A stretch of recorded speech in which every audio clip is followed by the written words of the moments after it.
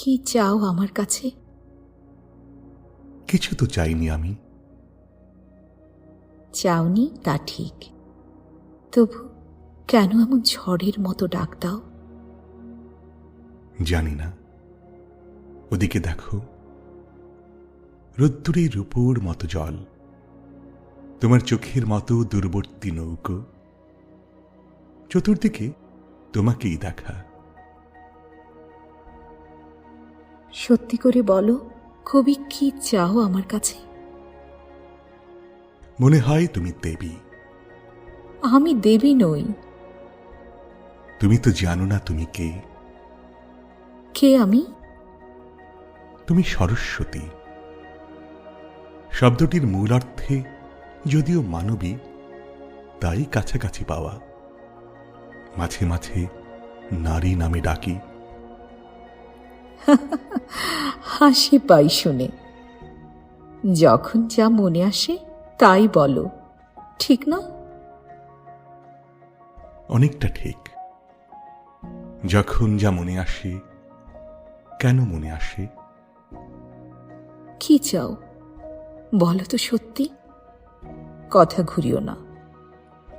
আশীর্বাদ। আশীর্বাদ আমার, না সত্যি চিনি দেবী? তুমি তো সেই। টেবিলের ওই পাশে ফিকে লাল শাড়ি, আঙুলে ছোঁয়ানো থুতনি। উঠে এসো, আশীর্বাদ দাও। মাথার উপরে রাখো হাত। আশীর্বাদে আশীর্বাদে আমাকে পাগল করে তোলো। খিমচে ধরো চুল, আমার কপাল নখ দিয়ে চিরে দাও। যথেষ্ট পাগল আছো, আরো হতে চাও বুঝি? তোমাকে দেখলেই শুধু এরকম, নয়তো কেমন শান্তশিষ্ট। না দেখাই ভালো তবে, তাই নয়? ভালো মন্দ জেনে শুনে যদি এ জীবন কাটাতুম, তবে সে জীবন ছিল শালিকের, দোয়েলের, বন বিড়ালের কিংবা মহাত্মা গান্ধীর। এরই ধানে, ধানের পোকায় যে জীবন। যে জীবন মানুষের। আমি কি মানুষ নাকি? ছিলাম মানুষ বটে তোমাকে দেখার আগে। তুমি সোজাসুজি তাকাও চোখের দিকে, অনেকক্ষণই চেয়ে থাকো, পলক পড়ে না। কি দেখো অমন করে? তোমার ভেতরে তুমি, সারিসজ্জা খুলে ফেললে তুমি, তার আড়ালেও যে তুমি। সে কি সত্যি আমি, নাকি তোমার নিজের কল্পনা? শোনখ কি? এইমাত্র দেবী বললে। একই কথা। কল্পনা আধার যিনি, তিনি দেবী। তুই সেই নীরা, তোর কাছে আশীর্বাদ চাই। সে আর এমন কি শক্ত, এক্ষুনি তা দিতে পারি। তোমার অনেক আছে, কণা মাত্র দাও। কি আছে আমার, জানি না তো। তুমি আছো, তুমি আছো, এর চেয়ে বড় সত্য নেই। সিঁড়ির ওপরে সেই দেখা, তখন তো বলনি কিছু। আমার নিঃসঙ্গ দিন, আমার অবেলা, আমারই নিজস্ব শৈশবের হাওয়া শুধু জানে। দেবে কি দুঃখের অংশ ভাগ, আমি ধনী হব। আমার তো দুঃখ নেই। দুঃখের চেয়েও কোনো সুমহান আবিষ্টতা আমাকে রয়েছে ঘিরে, তার কোনো ভাগ হয় না।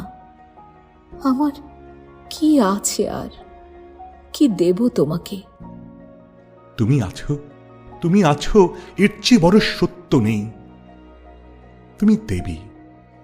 ইচ্ছে হয় হাঁটু গেড়ে বসি, মাথায় তোমার করতল, আশীর্বাদ। তবু সেখানেও শেষ নেই। কবি নয়, মুহূর্তে পুরুষ হয়ে উঠি।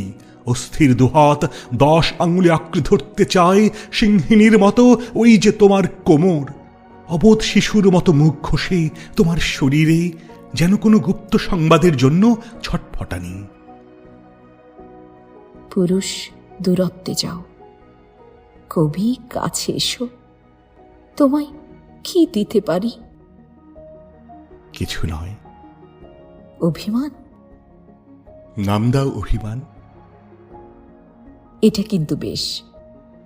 যদিও অসুখের নাম দিই নির্বাসন, না দেখার নাম দিই অনস্তিত্ব, দূরত্বের নাম দিই অভিমান।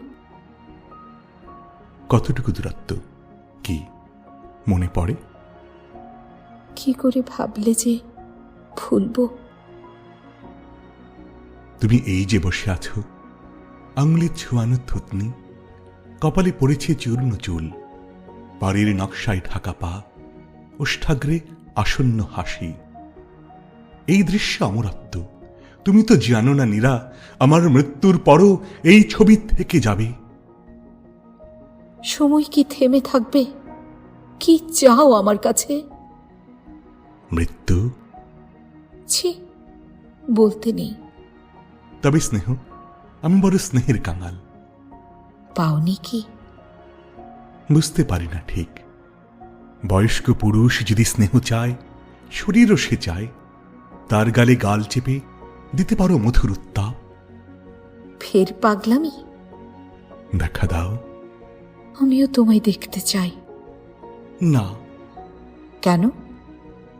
বলো না, কখনো বলো না আর ওই কথা। আমি ভয় পাব। এ শুধুই একদিকের। আমি কে?